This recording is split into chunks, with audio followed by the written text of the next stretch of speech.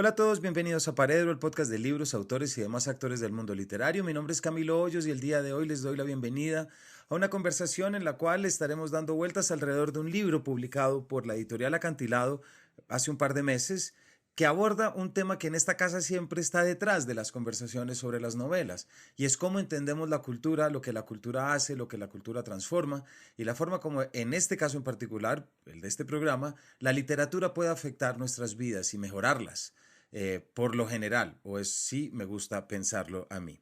Antonio Monegal, el autor de este libro, tiene un acercamiento que me parece muy interesante. Yo he trabajado, como muchos de ustedes saben, en el sector social, dirijo la Fundación Gratitud y soy cofundador de la misma, y siempre nos encontramos ante una encrucijada cuando hemos sido profesores y queremos llevar esa experiencia pedagógica o esa experiencia intelectual o esa experiencia a secas al campo, a los territorios, a un proyecto que debe ser leído y aprobado por un fondo de cooperación o por una fundación de segundo piso, y siempre hay un trabajo de traducción en el que nos estamos preguntando qué tanto estamos sacrificando o qué tanto estamos siendo capaces de escribir de una manera distinta, en un lenguaje distinto para un público y unos aliados diferentes. Antonio Monegal en este libro, como les digo, toma un acercamiento en el que se pregunta mucho si es que nos hemos fijado demasiado en lo que la cultura hace, en vez de darle la gran importancia por lo que es. Y muchas veces entre lo que se es y lo que se hace hay unas grietas y hay unos vacíos que a veces ahí está la chicha y a veces ahí está la materia más importante. Antonio Monegal nació en Barcelona en 1957 y es catedrático de Teoría de la Literatura y Literatura Comparada en la Universidad Pompeu Fabra. Es licenciado en Filosofía por la Universidad de Barcelona, se doctoró en Harvard en 1989 y ejerció la docencia en Cornell University hasta su regreso a España. Es autor de los libros Luis Buñuel de la literatura al cine y En los límites de la diferencia, Poesía e imagen en las vanguardias hispánicas, editor de las obras de García Lorca, Viaje a la Luna y El público y el sueño de la vida, además de coordinador de las antologías Literatura y Pintura y Política y Poética de las imágenes de guerra. Una conversación para mí muy gratis porque Antonio fue profesor mío en el doctorado en la Pompeu Fabra en Barcelona y de hecho fue mi tutor cuando llegué para aquel primer año. Así que, sin mayores preámbulos, una conversación con un profesor, con un autor que nos pone a pensar en lo que la cultura es y que tanto tenemos que recordarlo en el día a día. Bienvenidos. Hola a todos, muy bienvenidos a esta conversación con el profesor Antonio Monegal. Muy buenos días aquí en Colombia, buenas tardes en España. Antonio, bienvenido. Muchas gracias. Buenas tardes y buenos días al mismo tiempo. Así es, Nada mejor que eh, poder estar en dos sitios a la vez. Es un paso exactamente. hacia la divinidad. Hace unos años Skype todavía resultaba un poco extraño, pero después del aislamiento yo creo que eso es algo bueno que nos ha dejado, que es la capacidad de saber que podemos acortar distancias y eso sí, calcular muy bien horarios, pero de resto poder estar acá y en verdad es muy grato, Antonio, estar hablando contigo después, porque bueno, ya fuiste mi profesor en la Pompeu Fabra y qué más rico que años después poder estar hablando sobre este libro en el que estaremos hoy, que es como el aire que respiramos, el sentido de la cultura, publicado en Acantilado, a quien agradecemos también por este espacio, junto con, por supuesto, la librería Lerner, que a través de la cual se está transmitiendo, y el grupo Penta también. Antonio, quisiera en primer lugar destacar algo que te estaba diciendo ahorita antes de cámara, pero este libro tuyo en el que abordas esa siempre esquiva cuestión de qué es y para qué sirve la cultura, que con los tiempos se va renovando y llenando de argumentos para llegar a ella, creo que un público colombiano la va a aprovechar mucho porque estamos en un cambio de gobierno en el cual el tema de la cultura ha salido a flote de una manera bastante importante.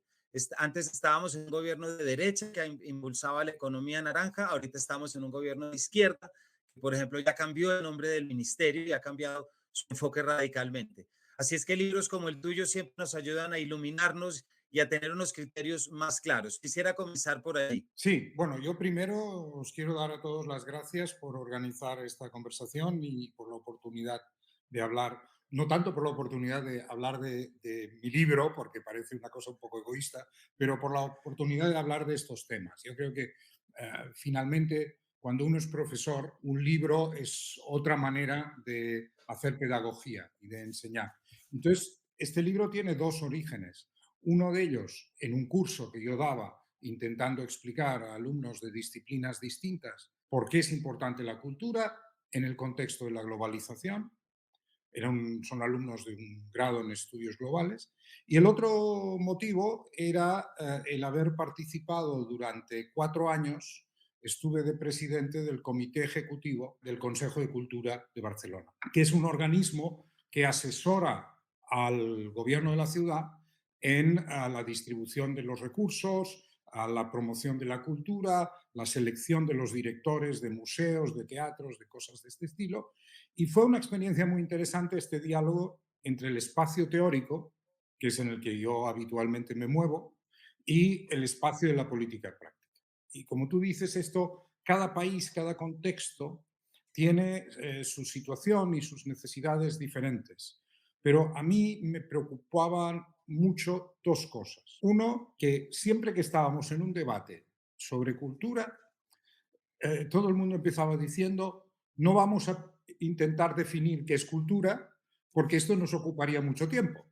Claro, si empezamos por decir que no podemos decir de qué estamos hablando, entonces no nos pondremos de acuerdo sobre por qué es Claro, importante o no es importante. Entonces, y me exacto. parece que este debate había que sistematizar, ¿no? Y la segunda cosa es que me preocupaba mucho una cierta visión utilitarista de los políticos.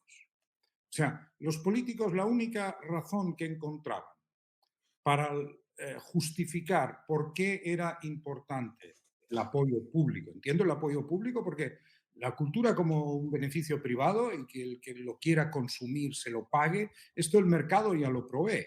Pero ¿por qué justificar que esto es un bien común y que el Estado tiene que preocuparse? El Estado, los gobiernos regionales, los gobiernos municipales tienen que participar en ese terreno. Entonces, la mayoría de los debates políticos se reducían a dos motivos. La cultura es un motor económico, la cultura es un instrumento de cohesión social. Las dos cosas son ciertas, las dos cosas son ciertas, pero no son las únicas ni principales razones por las cuales la cultura es importante en la experiencia humana. No, no son las únicas. La gente no va al teatro o consume música o va a bailar o disfruta de estas cosas porque piense que está beneficiando la economía, no, a pesar de que indirectamente lo hace. Entonces, ¿qué es lo que gana la sociedad con eso? ¿Cómo se enriquece la sociedad con eso? Esto, yo creo que fueron los dos principales motivos. Entonces, claro, como tú dices, en cada contexto político la preocupación es distinta. Yo entré en el gobierno, o sea, me nombraron para este cargo, que era un cargo de un consejo de expertos independientes, que se nombraba entre mandatos municipales. Es decir, a mitad de un mandato y acabé a mitad de un mandato de otro gobierno municipal distinto. Yo entré a mitad del mandato de un gobierno socialista y estuve 2 años con un gobierno socialista y 2 años con un gobierno conservador nacionalista, nacionalista catalán, se entiende, ¿no? Cuyos objetivos políticos obviamente eran diferentes y su manera de entender la política también.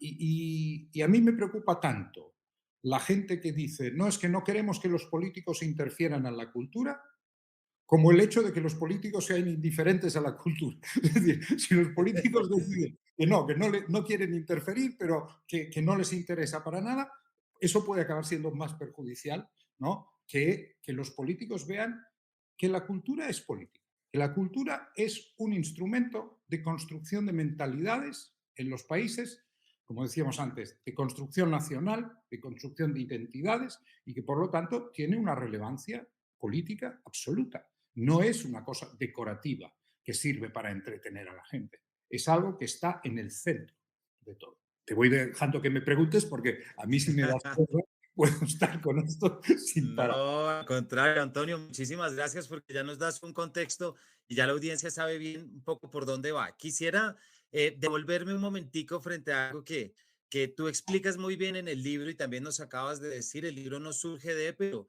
tiene la coyuntura exactamente que tú estás en la Pompeu Fabra dictando clases y luego vas a ocupar un puesto público. A mí me intriga mucho y te quiero preguntar qué te supuso ese cambio y qué dificultades en lo práctico tuviste por dos cuestiones, porque normalmente lo académico se ve, evidentemente aquí estamos en una diferencia de contextos entre España y Latinoamérica, pero incluso ha habido discusiones sobre, bueno, cuál es la responsabilidad de lo académico frente a las políticas públicas, no solamente culturales, sino en general. Es decir, qué tanto viven en la nube y qué tanto en verdad les importa el día a día. Luego es distinto estar trabajando en una universidad a luego sentarte ya en un consejo en el cual hay estatutos, ya el grado de discusión es distinto. ¿Nos cuentas un poquito cómo te Bueno, supuso y qué experiencias te dejó? sí, una particularidad es que este cargo que yo tenía, eh, este comité, que éramos 7 personas, había un comité de 50 personas que representaban todos los sectores culturales, que era como una asamblea de sectores culturales, barrios, municipios,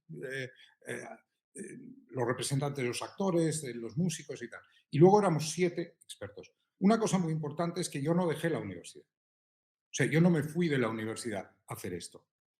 Y yo seguía haciendo mi trabajo y este era un trabajo como independiente, no retribuido. Por lo tanto, a mí me pagaban unas dietas por las reuniones a las que yo iba. Esto es muy importante, porque si hubiera estado a sueldo de la estructura administrativa, mi independencia estaba condicionada por esto.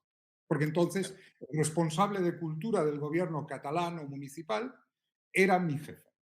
De la manera como estaba construido, yo podía decirle lo que me parecía. Y el hecho de que yo soy académico y por lo tanto soy un funcionario del Estado en una universidad pública, me daba mucha autonomía para ser muy crítico con las políticas. Porque si yo hubiera dirigido una compañía de danza, a lo mejor hubiera pensado, si me enfado con este político, dentro de unos años no me dará una subvención, ¿no? Mis ingresos no dependen de eso. Y por lo tanto, yo creo que esa independencia tiene unas ciertas virtudes. Tiene inconvenientes, porque no te puedes dedicar plenamente. A mí me sustituyó un buen amigo que es propietario de una librería en Barcelona, la librería La Central en Barcelona, pasó a ser, ¿no? Claro, él era un hombre, es un empresario, y por lo tanto el tiempo que dedicaba a esto era un prejuicio para él, ¿no? Pero a la vez esta independencia, no estar contratado para hacer eso, es lo que hacía que nosotros fuéramos asesores, no éramos parte de la administración, ¿no? Que es una cosa distinta. Y negociábamos con los técnicos de administración y con los políticos. Es decir, aquí había, digamos, tres sectores completamente distintos. Yo creo que cada lugar lo soluciona de manera distinta. El modelo británico es que los Arts Council, ¿no? Son trabajos full time, ¿no? Todo el dinero de cultura va al Arts Council y los políticos no intervienen, ¿no? Y entonces eso es administrado plenamente por ellos. Eso en el modelo francés y en el modelo español era difícil de encajar, ¿no? Cada solución política es distinta. Yo decidí no escribir el libro sobre la parte más anecdótica, concreta de la práctica de esto, porque precisamente esto cambia mucho de país en país. Es decir, el debate sobre cultura está en todas partes, pero cómo hacerlo y qué hacerlo depende de cada sociedad. En Colombia Mm. tenemos una historia propia, ¿no? De cómo se han gestionado los recursos para cultura, el acceso a la cultura. Yo creo que hay una parte muy importante, ¿no? A mí una de las cosas que me pone más nervioso como profesor es cuando la gente dice, bueno, hay que fomentar la relación entre cultura y educación. ¿Qué quiere decir fomentar la relación entre cultura y educación? Como si fueran dos cosas distintas. No, es que cultura y educación no son dos cosas, son la misma cosa. O sea, un director de teatro catalán que le dieron un premio en la ciudad de Barcelona una vez dice, la cultura es la educación de los adultos. Una vez sales de la escuela, tú continúas formándote con tus hábitos y tu consumo cultural. Forma parte, o sea, no hay un mundo de la cultura y un mundo de la educación. No, es que el mundo de la cultura es el mundo. No hay un mundo fuera de la cultura. ¿No? Y esta idea de decir la educación es prioritaria para todos los ciudadanos, pero la cultura es decorativa. es, ¿no? Es un accesorio, es un entretenimiento. Para mí no se pueden separar, ¿no? Y hay que entender que, ¿no?, lo que llamamos cultura son formas. ¿Qué cosa más rara si yo llevo a mis estudiantes al teatro y esto es educación? Estoy dando un curso de tragedia, por ejemplo, y los llevo al teatro. Entonces, esto es educación. Si estos mismos estudiantes van con sus amigos o su familia, esto es cultura. ¿Por qué? La experiencia es la misma, Sí. ¿no? La experiencia es la misma. Yo creo que aquí hay que recuperar la idea de que cultura y educación son dos cosas que no se pueden separar. No se pueden separar. Están al mismo servicio de la construcción de la formación de los ciudadanos de una sociedad. Las dos cosas. Antonio, ¿y tú en qué momento, o nos puedes ayudar a entender en qué momento se supuso esa separación? Es decir, ¿respondió a los mismos discusiones culturales que empezaron a nombrar y a separar? Me refiero incluso a finales del 19, separar bellas artes, separaciones entre literatura específicamente.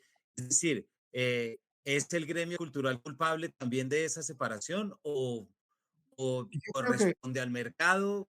esto, mira, es una pregunta muy interesante porque porque no me la he hecho nunca. ¿En qué momento se produce esa disociación? Tengo la sospecha de que los griegos no hubieran sido capaces de hacer esta separación, ¿no? Para ellos las dos cosas hubieran ido juntas. Ah, sí es cierto que cuando para nosotros hoy en día en Europa la defensa del estado del bienestar es una de las cuestiones vitales. Ahora en Francia están enfadadísimos en defensa de sus derechos, ¿no?, de Mm, jubilación. Claro, estos privilegios no están en todas las sociedades por igual, ¿no? Hay una gran desigualdad en el planeta respecto a estas cosas. Pero después de la Segunda Guerra Mundial, ¿no?, a partir de los años 40, cuando se empieza a construir el modelo del estado del bienestar, la idea es que el Estado es responsable de aspectos fundamentales del bien común, ¿no? El Estado se tiene que ocupar de que haya un sistema educativo accesible para los ciudadanos, un sistema sanitario accesible para los ciudadanos, etc. Entonces, una de las cosas curiosas es que hay cosas que se consideran prioritarias, ¿no?, centrales y responsabilidad central del Estado. Y en cambio, la cultura, como es visto como algo accesorio, el Estado puede implicarse o no implicarse según su posición política, ¿no? Hay gobiernos que consideran que sí, que eso les corresponde, hay gobiernos que eso no les corresponde implicarse. Eh, y, y- y yo creo que lo que hay que entender es que el estado de bienestar tiene distintos pilares, distintos bases, y la cultura es una de esas bases. Hay la sanidad, la educación, ¿no?, el cuidado de los ancianos, ¿no?, y de las jubilaciones, el cuidado de la gente que no tiene trabajo, ¿no?, proveer, ¿no?, puestos de trabajo para la gente, proveer vivienda para la gente, pero la cultura también es una parte del estado de bienestar. Y yo creo que ahí, ¿no?, a partir de los años 80, el modelo entra en crisis con Thatcher y toda la ideología neoliberal. Que es decir, el Estado se tiene que retirar y no intervenir, ¿no?, en proporcionar bienes comunes, ¿no?, que el propio mercado tiene que proporcionar, ¿no? claro. Ese peligro es precisamente el que se ha estado luchando ahora, cuando estábamos hablando. ¿Por qué se buscan indicadores de los resultados? Porque hay una desconfianza. Parece como que el dinero invertido en cultura es dinero tirado. ¿No? Porque ¿por qué vamos a dar dinero para las compañías de baile, para los grupos de música, para los teatros? ¿No? Oiga, déjeme que le haga la lista pero si tú mides el efecto de la inversión pública en estas cosas en términos cuantitativos, en términos de indicadores, ¿cuánta gente va a esto? ¿Cuánta gente va a lo otro? Bueno, es que así no funciona la cultura. La cultura puede ser importantísimo lo que se hace, aunque beneficia muy pocos, porque hace crecer el conjunto de la sociedad, ¿no? La poesía es un ejemplo, ¿no? Ah, entonces, esta idea de que puede tratarse de algo que no tenga un beneficio masivo, es lo que hace que la cultura a menudo sea atacada con el argumento del elitismo, ¿no? Dice, no, es que la cultura es una cosa elitista porque solo beneficia a una minoría, porque el arte contemporáneo solo lo entienden unos pocos. Sí. Oiga, no, es que la cultura puede ser la ópera, pero puede ser cualquier grupo de cualquier música. También es cultura. O sea, no nos pongamos aquí. Unos leen una cosa, otros leen otra cosa. Hay quien le gusta leer cómics y hay quien lee novela y hay quien lee poesía, pero todo es cultura, ¿no? Entonces, eh, yo creo que la idea del elitismo como la cultura es una cuestión que interesa a unos pocos, hace mucho daño porque yo creo que no se entiende que lo que hace la cultura es un proceso de formación en que uno le empieza gustando una cosa, disfruta de esta cosa, pasa a otra cosa, ¿no? Yo siempre digo, la cultura es una droga, es adictiva. Por suerte no tiene daños colaterales, es buena para la salud, no tiene ningún efecto nocivo. Ayuda, como otras drogas, a hacer la vida mejor, ¿no? Y beneficia al individuo. Si tú miras la sanidad, el servicio, el sistema sanitario beneficia al individuo. Si el Estado me proporciona servicios para que yo esté con mejor salud, el beneficiado soy yo. Pero todas las sociedades entienden que la suma de los individuos que se benefician de un sistema sanitario, la mejora del conjunto de la sociedad, ¿no? En salud, lo hemos visto ahora en la pandemia, ¿no? Beneficia a todo el mundo y hace que la sociedad funcione mejor, que sea más rica y tal. El mismo argumento se hace para la educación y debería hacerse para la cultura. Es decir, el enriquecimiento de la formación cultural de todo ciudadano enriquece al conjunto. Enriquece al conjunto. Una sociedad, ¿no? Que quiera enriquecerse en tecnología y en dinero y no aporte a sus ciudadanos una vida cultural más rica, será una sociedad más pobre, no necesariamente. Antonio, muchas gracias. Ahorita que estabas hablando de los indicadores, ese sí que es un tema de gran cuidado, ¿cierto? Y de que pone uno a pensar mucho cuando se empiezan a incorporar estas políticas públicas o estos procesos. Pero quisiera hacerte una pregunta que también para quienes nos están escuchando van a encontrar, y estoy seguro que les va a llamar mucho la atención, que es una de las premisas desde donde tú arrancas el libro y sobre la que ya te has referido ahorita, pero quisiera como hacerla explícita. Desde el comienzo tú dices en el libro, quiero abordar la discusión sobre qué es cultura, cambiando un poco el paradigma de siempre las categorías que nos hemos puesto. Me llamó mucho porque es una constante acá hablar de la cultura como un agente. Ahorita te voy a preguntar sobre eso porque ya lo mencionaste y en el libro también te refieres como, no es que la cultura cohesiona socialmente, es que la cultura transforma, es que la cultura cambia, siempre enfocándonos más en el para qué sirve la cultura en vez de detenernos en el qué es la cultura. Y que ese afán para encontrarle la utilidad y justificar su utilidad, pues nos ha hecho dejar de lado muchas otras cosas. Entonces, quisiera que nos contaras también de ese principio del que partes, porque creo que para muchos de los que nos están oyendo va a ser muy, muy esclarecedor. Sí, hay dos definiciones principales de cultura. Una, la cultura, eso que llamamos alta cultura, la producción cultural, la literatura, las artes, la música, la filosofía. Todo el mundo entiende que esto es cultura, ¿no? Y esto está en un espacio que parece como si estuviera separado. Y luego hay la idea antropológica de cultura, que es cultura es todo.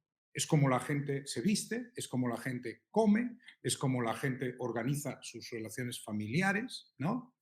Y estas dos cosas parecen ir por separado. Entonces, una es muy amplia y parece que no nadie se fija porque ocurre todo, y la otra es restringida y es la que es acusada de elitismo, de entretenimiento, de minoritario.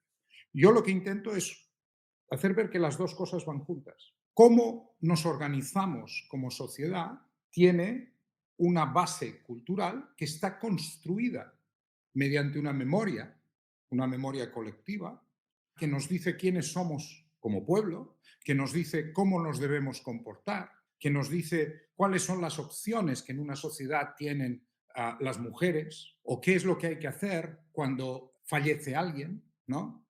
Y todos esos modelos, cómo cambiar una sociedad, cuál es el modelo de sociedad que queremos tener, desde la visión del pasado hasta la visión del futuro, los encontramos reflejados en nuestra literatura, en el cine, en la televisión, en todas partes. Ahí se construye todas nuestras mentalidades. Por lo tanto, no es que haya una cosa que por eso el libro se llama como el aire que respiramos, es decir, porque la cultura es algo que está por todas partes y no lo vemos, ¿no? Así Porque es es. donde estamos colocados. En este momento hay una guerra en Ucrania que es una guerra con una base cultural fundamental, porque hay una nación que considera que tienen su propia identidad, que quieren ser una nación, quieren ser independientes, tienen su lengua y su historia y tienen un proyecto de futuro propio. Y hay otra nación que dice, vosotros no existís como nación, vuestra memoria no vale, vuestra historia es la nuestra, vosotros tenéis que ser incorporados a nuestro relato nacional. Y hay dos relatos nacionales que colisionan. ¿Cómo podemos decir que la cultura no importa cuando todas las guerras, conflictos religiosos, conflictos étnicos, conflictos nacionales, son conflictos culturales? Los conflictos sobre el género, si uno es hombre, mujer, no quiere ser binario, quiere cambiar de rol de género, eso es cultural. ¿Cuáles son las opciones que yo tengo en la vida para decidir cómo encamino, ¿no?, mi orientación de género? El racismo, el populismo, todas estas cuestiones tienen bases culturales. Hemos de aprender a vivir en unas sociedades más complejas, ¿no? Cada vez las sociedades son más diversas, cada vez nuestros vecinos vienen de sitios más diferentes. Antes las sociedades eran muy homogéneas y estaban muy organizadas y muy estratificadas. ¿Qué recursos tenemos para aprender a adaptarnos a la transformación de una sociedad cada vez más plural, cada vez más híbrida, donde lo que es nuestro se combina con lo que consideramos nuestro, se combina con lo que aporta el vecino? Si no nos queremos estar matando y pegando a cada paso, tenemos que empezar a aprender a intentar entender la identidad del otro, la mentalidad del otro, sus preocupaciones y negociar la diferencia. La diferencia es inevitable, todos los seres humanos practicamos alguna forma diferente. Pero hemos de negociarla. Y yo creo que la cultura es realmente un espacio donde, por un lado, sale el conflicto, pero también están los recursos para superar el conflicto. Las dos cosas están allí, las dos cosas están. La gente se mata por motivos culturales y aprende a no convivir gracias a recursos culturales. Eso me conecta, Antonio, con una pregunta que justamente te iba a hacer y tiene que ver, ya lo has hablado ahorita, también está en el libro, que es la importancia de la cultura en todo lo que tiene que ver con memoria, ¿cierto? Y con reivindicación histórica y con lo que en el 19 era bajo el criterio, ya lo mencionas tú, de Renan, de crear la nación a través de los discursos y ahorita entender que la nación también y lo que entendemos como nación actualmente también es está llenando estos discursos y creándolos. Aparece entonces el gobierno, aparece ya lo público con una responsabilidad, ¿cierto?, sobre la creación.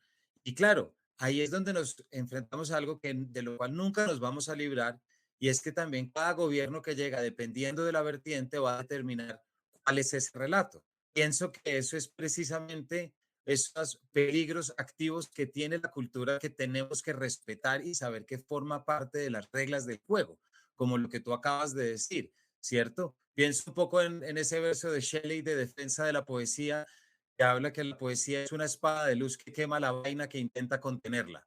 Yo creo que acabas de señalar un problema fundamental. Vamos hacia un modelo. O sea, el modelo que tú describes, en que los gobiernos de alguna manera intentan construir un relato a su medida, es el modelo de Orwell en 1984. Exactamente, sí, señor. Ese es el modelo de Orwell en 1984. La principal forma de política es la construcción de una gran ficción, la construcción de un relato que sustituye a la realidad, ¿no? Y que tú explicas lo que te da la gana. Por suerte, la producción cultural es plural, variada, es libre, ¿no? A mí me hacen mucha gracia cuando dicen, no, es que ya la literatura no importa, el arte no importa. Bueno, si no importara, no habrían tantos escritores perseguidos por el mundo. Si nadie leyera, Claro. no importaría lo que escribe. El señor Ai Weiwei, que es un artista contemporáneo muy sofisticado, no hubiera sido encarcelado en China si lo que él hace no incomodara al gobierno, ¿no? En América Latina, la novela ha cumplido un papel fundamental para ayudar a construir un relato que la historia oficial no daba. Es decir, donde han habido huecos en la posibilidad de transmitir la memoria colectiva a través de una historia, de una historiografía, ¿no? Compartida, sólida, científica y tal, la ficción ha entrado y a través de, ¿no?, metáforas y fábulas nos ha ido explicando de alguna manera, ¿no? De ahí viene, ¿no?, Gabriel García Márquez. O sea, es un relato que nos está hablando de historia, ¿no? Carlos Fuentes, yo lo conocí hace muchos años cuando hice el doctorado en Harvard, él daba una asignatura que era sobre, ¿no?, no, historia y novela en América Latina. Entonces él hacía todo el recorrido. Es decir, todas aquellas grandes novelas que han ido ocupando la posibilidad de compartir un relato con la gente, porque el relato oficial no estaba. Entonces, yo creo que aquí hay un trabajo siempre que nunca se acaba. Nosotros en España durante la dictadura nos pasó. El relato oficial era lo que yo estudié en la escuela, no tiene nada que ver, ¿no?, con lo que pasó, ¿no? Y gracias a la ficción, gracias a los novelistas, gracias a los poetas, ¿no?, gracias a los cantantes, porque claro, aquí estamos haciendo, pero claro, cantantes que cantaban como Paco Ibáñez, que cantaban a los poetas, que recogían, diríamos, todo ese legado literario, contribuyeron a hacer ese ejercicio de militancia, de lucha contra un discurso oficial que estábamos nosotros en contra. Claro, esto en una dictadura es muy fácil de ver. Las dictaduras hacen eso, ya lo sabemos. Pero es que las democracias tienen maneras también de hacerlo de otra manera, ¿no? El control de los medios de comunicación es una de las maneras. Hay una simbiosis excesiva entre el espacio financiero, el espacio político y el espacio de los medios de comunicación. Yo no sé en Colombia, pero en España los medios de comunicación nunca dependen ni del Ministerio de Cultura ni del Ministerio de Educación. Siempre están directamente bajo los aspectos políticos del gobierno.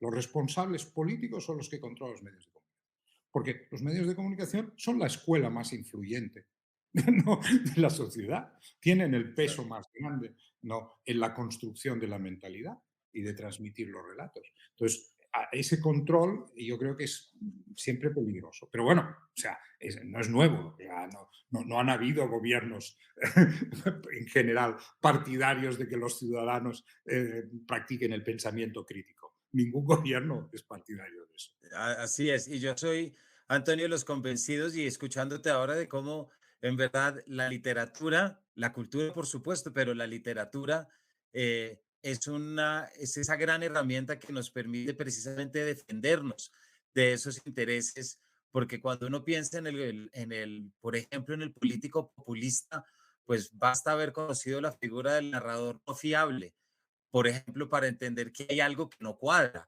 que hay una agenda oculta, es decir, es ese desarrollo del pensamiento crítico, pero de nuevo, creo que ahí es donde caemos en esa problemática que tú señalas, que eso no sale a flote porque no estamos pensando en lo que es, sino en para qué sirve, ¿verdad? Entonces, hay unos aspectos fundamentales que se quedan.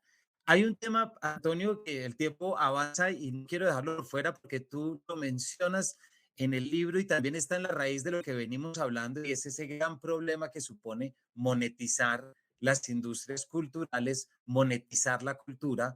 Y yo creo que es desde una doble perspectiva.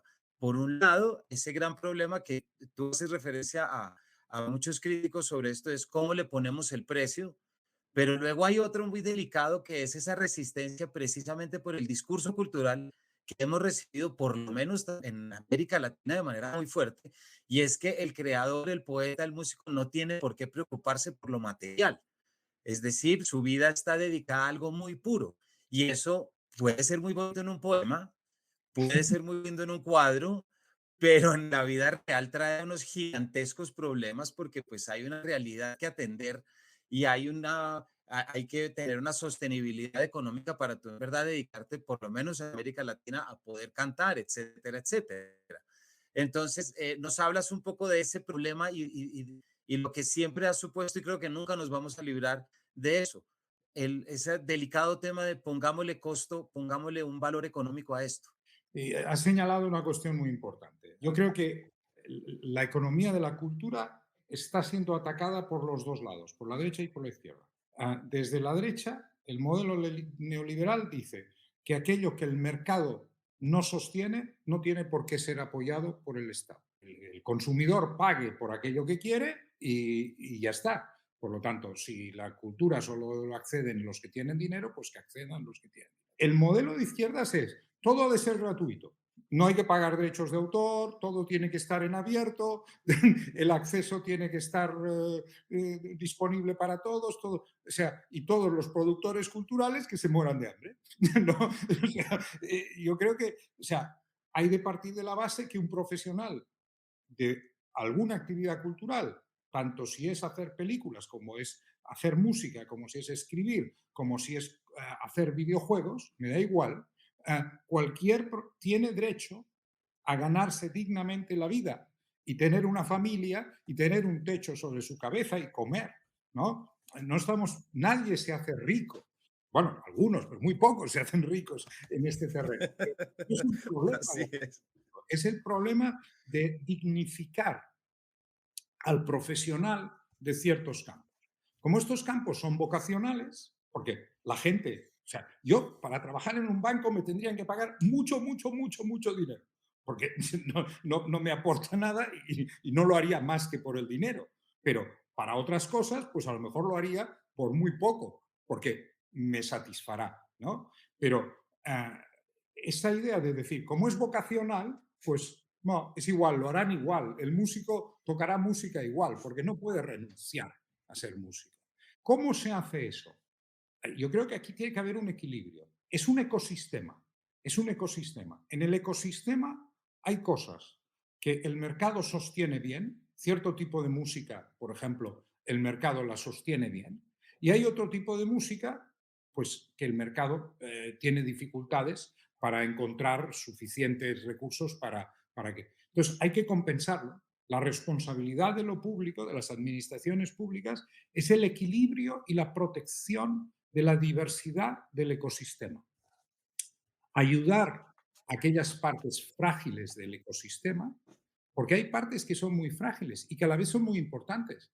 Hay formas de cultura tradicional, ¿no?, que para la identidad de un país es importantísimo mantener y que no tienen, diríamos, la posibilidad fácil de monetarizarse. Hay un factor que sí que es cierto, que es este aspecto de lo que hablo en el libro, que es la cultura como un recurso de beneficio colectivo a través de el turismo, por ejemplo. Nosotros en Barcelona fabricamos coches, pero no somos conocidos en el mundo por fabricar coches. Nuestro Claro. negocio no es fabricar coches. ¿Qué vendemos? Vendemos cultura. Es que no vendemos otra cosa. Vendemos edificios, vendemos comida, vendemos una forma de vida, vendemos, diríamos, un espacio social de un tipo determinado, unos artistas, está Miró, está Picasso, todo eso lo monetizamos. En este momento, la cultura es un bien que tiene una posibilidad de encontrar un mercado, ¿no? Pero eso requiere un trabajo de acompañamiento. Es decir, y el problema es esta tensión entre si tú haces la cultura porque se beneficia al propio ciudadano y al propio usuario o porque estás al servicio de lo que los extranjeros que vienen a hacer turismo esperan de ti. Yo creo que Exactamente. este debate yo lo he tenido porque me han pedido informes. ¿Cómo hacer que la cultura ayude a mejorar el tipo de turismo que hay en Barcelona? Mi argumento es siempre el mismo. Si tú mejoras la calidad de la oferta cultural para tu ciudadano, eso hace que todo sea más atractivo para el visitante. Si tú haces una oferta cultural pensada en el visitante, es decir, pensada en el estereotipo, ¿qué es lo que piensan los extranjeros? Pues los españoles estaríamos todavía toreando y haciendo flamenco en toda España, porque ese ha sido el estereotipo durante mucho tiempo. Lo que hay que hacer es pensar en las verdaderas raíces de una identidad, en aquellas cosas que mejoran, diríamos, la calidad, pero a la vez pensar también que mucho de esto pues, puede ser de interés para atraer gente, ¿no? Yo creo que nuestras culturas, tanto la vuestra como la nuestra, tienen mucho que ofrecer al mundo, ¿no? Y en este sentido, claro, eso siempre tiene una posibilidad de ser un beneficio, ¿no? No, no, no creo que haya que... creo que nos dicen que tenemos un tremendo berenjenal de temas. Sí, hay muchos. Sí, No, no, así nos dijeron. no lo solucionaremos en la duración de esta charla. Pero yo creo que es muy importante pensar, no quedarnos en el idealismo. Es decir, la cultura es una cosa muy bonita, ¿no? Que está allí arriba, que no tiene nada que ver con el dinero. La cultura tiene todo que ver con él. Si no hay suficientes recursos, si la gente no está en unas condiciones de disfrutar de otros aspectos de la vida, difícilmente le vamos a decir que disfrute, ¿no? De este tipo de cuestiones. Pero las cosas van juntas. Yo creo que los políticos a veces usan la excusa de las necesidades urgentes perentorias, ¿no? Ah, y dicen, bueno, esto no es tan urgente, esto no es tan necesario. No, eso es muy necesario.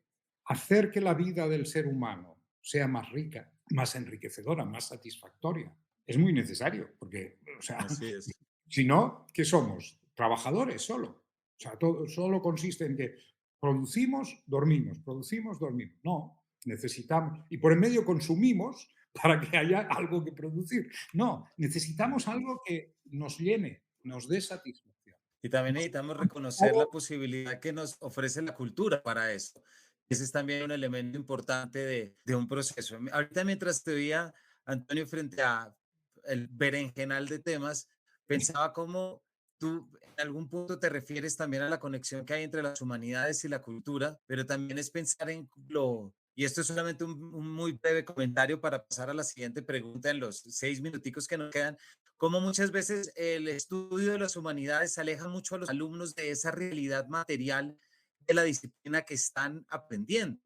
Es decir, yo me acuerdo que un decano de una facultad de artes en Colombia me contaba cómo los alumnos de artes plásticas le pidieron una vez permiso que si podían llevar para en los huecos de las asignaturas, es decir, en los momentos libres, poder vender brownies. Y entonces él les decía, pero en vez de brownies, ¿por qué no venden cuadros y buscan un mercado en el que puedan hacer un tipo de cuadros que usted rentabilice lo que usted, no van a ser los Picasso, no van a ser los, pero es una manera de rentabilizar y de monetizar lo que usted sabe hacer. Y yo me pregunto cuánto un alumno de literatura, por ejemplo, vive en un idealismo en muchos aspectos en su carrera, imaginando que va a salir a tratar en el día a día con la materia de García Márquez y de Vargas Llosa y de cuando tiene un aspecto tangible, inmediato, práctico y comercial, que yo creo que también es importante reconocer.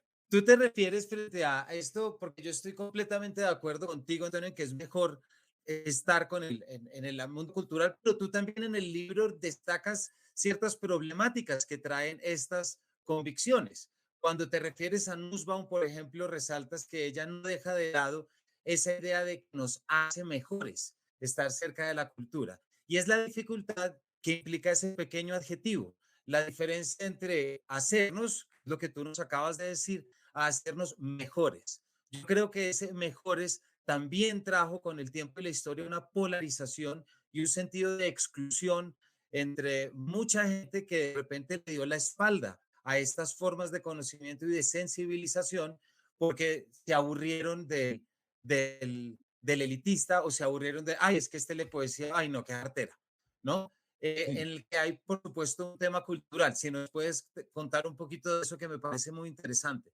Sí, bueno, la idea de Nussbaum es, bueno, la cultura es importante para la democracia porque de alguna manera nos transmitirá valores éticos, ¿no? Que es la típica pregunta de, ¿las humanidades humanizan? ¿No? ¿Las humanidades humanizan? Bueno, no está garantizado, ¿no? No está garantizado, porque sabemos que muchos jerarcas nazis que participan en el exterminio del pueblo judío a la vez pues eran grandes aficionados a la música clásica y leían filosofía. No, no tiene nada que ver. La fibra moral de una persona, sus gustos culturales no necesariamente van asociados. Es cierto que no hay ninguna garantía de que nos haga mejores. Como tú dices, lo que hace es que nos hace, nos construye. Sí hay una cosa que es muy importante. La cultura introduce en nuestras vidas complejidad. Es decir, hay una cierta tendencia, y en el mundo actual mucha, a simplificar todo en blanco y negro, buenos y malos, ¿no? La polarización extrema, hay como una lucha, ¿no? de soluciones fáciles. Y no existen las soluciones fáciles. La realidad es compleja. La existencia humana es complicada. Y entonces no podemos enfrentarnos a la complejidad de la existencia humana con recursos simplistas. Enriquecer el bagaje cultural del ciudadano es darle recursos para enfrentarse a la complejidad.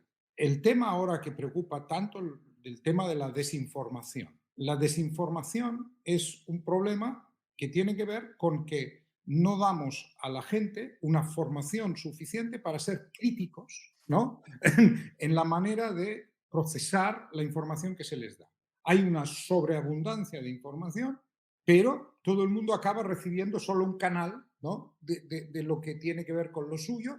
Entonces, ¿cómo aprendo a mirar el punto de vista del otro? ¿Cómo entiendo, no, el punto de vista del otro? ¿Cómo se genera la empatía? Pues a lo mejor una de las formas de generar la empatía es leer relatos o ver películas que nos hablan del otro, que nos hablan de su punto de vista, de su sociedad, de su existencia, y entonces nos damos cuenta que los seres humanos pues tenemos mucho más en común de lo que a primera vista parece. Y entonces yo creo que esta necesidad de entender que estamos en momentos difíciles, porque ya no hay, diríamos, esas soluciones estables, sólidas, claras, en las cuales la gente se agarraba antes. Eh, y necesitamos, pues, habituarnos a la complejidad, habituarnos. Por eso hay una cuestión muy importante que es esta cosa del cosmopolitismo.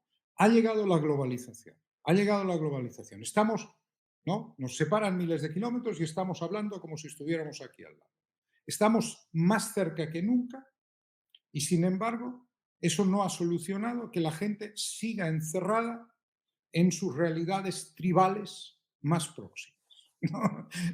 Y todo el mundo piensa en lo mío, no, es como cuando hay las Olimpiadas, ¿no? Que supuestamente es una celebración internacional de los deportes y nadie le interesa más que los resultados del equipo de su país.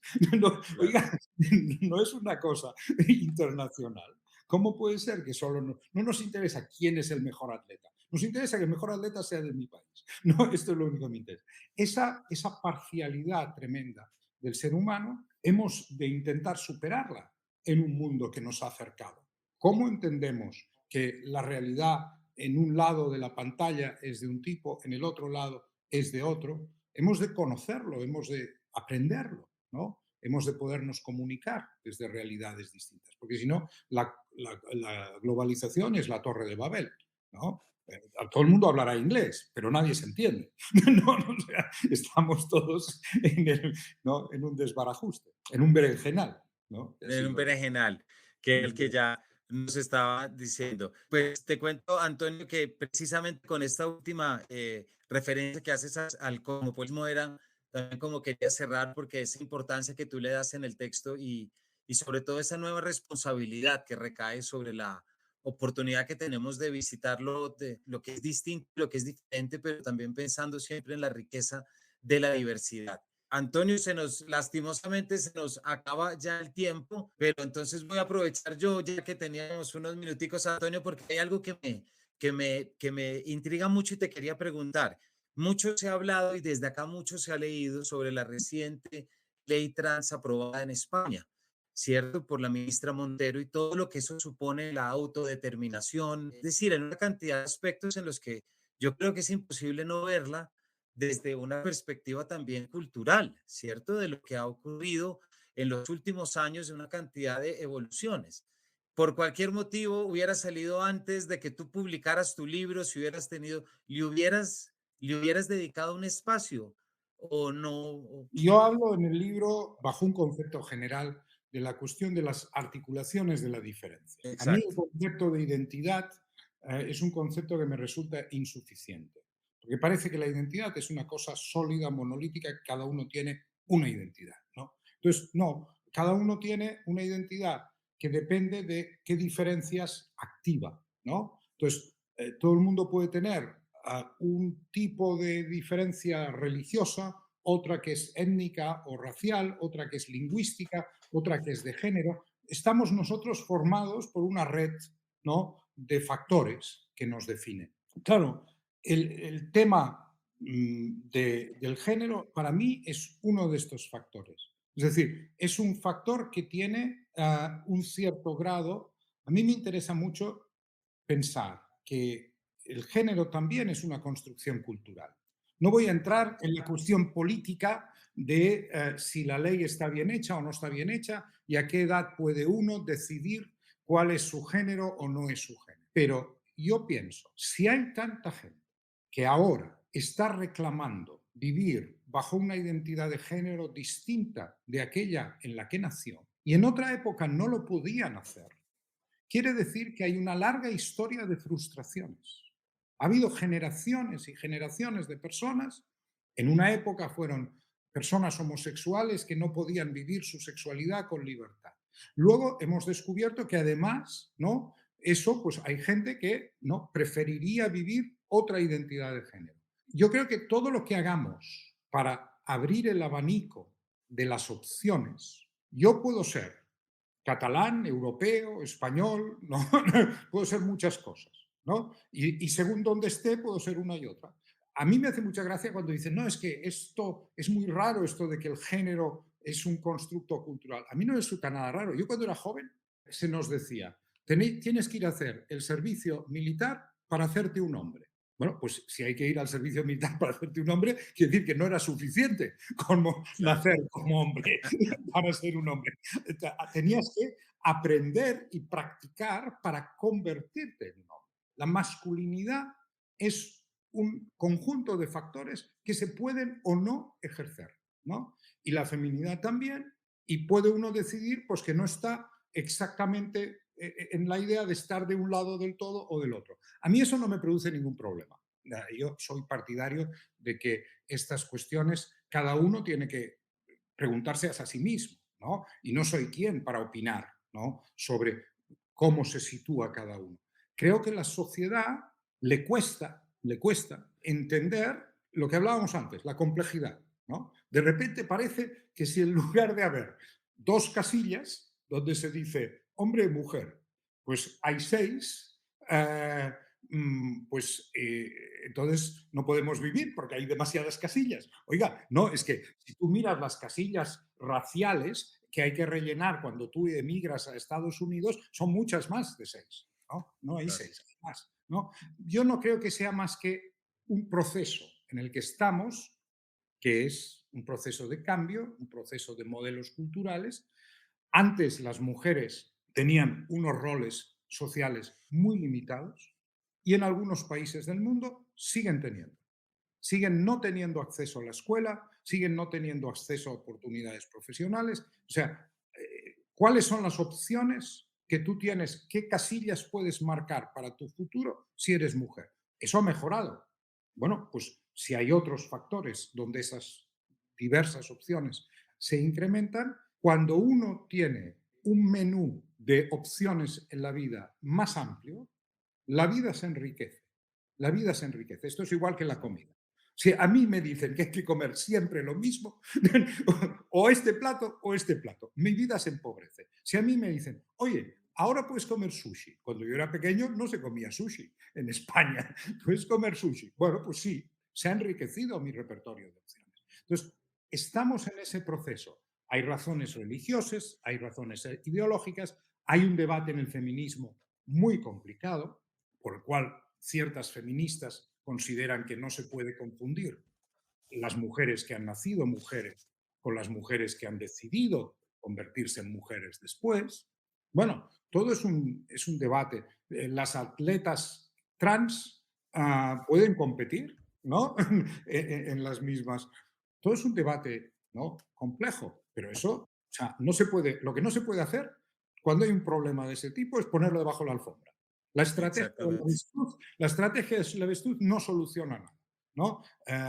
Y yo creo que no, todo aquello que mejore la libertad de los seres humanos para estar en una existencia más de acuerdo con lo que sienten y desean, pues es un enriquecimiento para nuestras sociedades. O sea, hasta ahí llego con mi manifestación política sobre la ley trans, sin opinar sobre si funcionará o no funciona. Y yo creo que tú, con este final, Antonio, muchas gracias, lo que dices va más allá, yo creo, de la ley trans, porque sí tiene que ver con lo que supone acercarse a la cultura y lo que supone hacerse estas preguntas. Para quienes nos han estado escuchando, hemos estado hablando con el profesor Antonio Monegal sobre cómo el aire que respiramos, el sentido de la cultura, publicado por Acantilado, a quien agradecemos junto con la librería Lerner y también el grupo Penta, pero Antonio, especialmente a ti por habernos acompañado durante este rato para hablarnos pues sobre tu libro, pero como bien dijiste desde el principio, para más allá del libro